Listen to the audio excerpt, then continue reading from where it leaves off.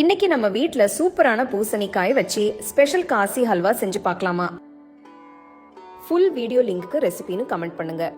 முதல்ல ஒரு பேன்ல 2 table spoon நெய் ஊத்தி முந்திரி திராட்சை வறுத்து எடுத்து தனியா வச்சிடலாம். ஒரு பூசணிக்காயை நறுக்கி விதைய எடுத்துட்டு காய துருவி அதுல இருக்க தண்ணிய நல்லா பிழிஞ்சு எடுக்கணும். அடுத்ததா வடிகட்டின பூசணிக்காயை ஒரு அகலமான பேன்ல போட்டு மெதுவா வதக்கி 15 நிமிஷம் வேக விடுங்க.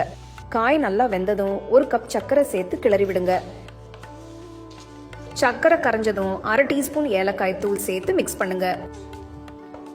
கொஞ்சம் நெய், கொஞ்சம் மஞ்சள் ஃபுட் கலர் சேர்த்து நல்லா கிளறணும். கடைசியில வறுத்த முந்திரி திராட்சை சேர்த்து கலந்து விடலாம். அருமையான ருசியான பூசணிக்காய் ஹல்வா தயாராயிடுச்சு. ஒரு தடவை செஞ்சு பாருங்க, கண்டிப்பா உங்களுக்கு பிடிக்கும். ஃபுல் வீடியோ லிங்க் வேணுமா? ரெசிபின்னு கமெண்ட் பண்ணுங்க.